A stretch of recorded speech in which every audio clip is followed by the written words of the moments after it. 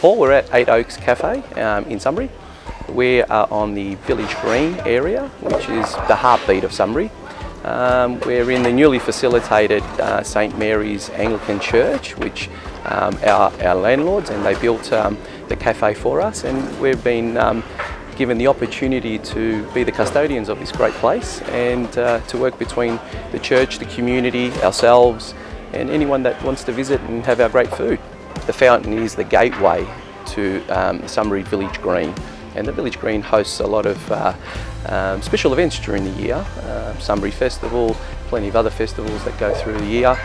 Hume Council are good enough to put on a show, and it's predominantly owned by St Mary's, the Anglican Church. The Village Green is predominantly owned by them and shared with the Uniting Church on the other side. So it has a historical significance to the Sunbury community.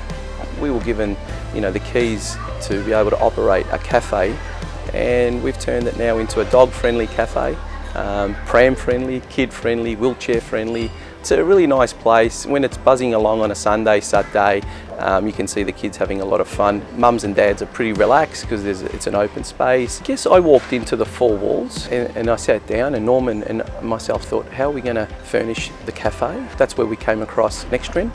And Leroy particularly. I actually went to the Tullamarine offices and asked to have a look at some tables, some chairs and so forth, and Leroy came down, brought chairs and brochures, and we were more excited than what we were, which was great, and we knew we had the right people right there and then to be able to work with us. And when I was piecing together aesthetically what we were going to look at, we also needed to know that we had durability and safeness behind it, and that's where Leroy sprung into action, and it was actually his idea. He goes, Sam, why don't you just get tables and chairs that are water resistant and sun and UV resistant inside and out, and you can have that unison look between the dining area and the balcony area.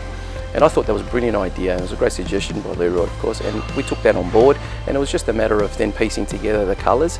And by the time we actually worked out a budget, worked out a style and so forth, it came almost to Christmas Eve, and I think I put the order through, and Leroy was very responsive, and he said, Sam, no problems. And we had a deadline. We had to open by February the 4th, and he made it happen.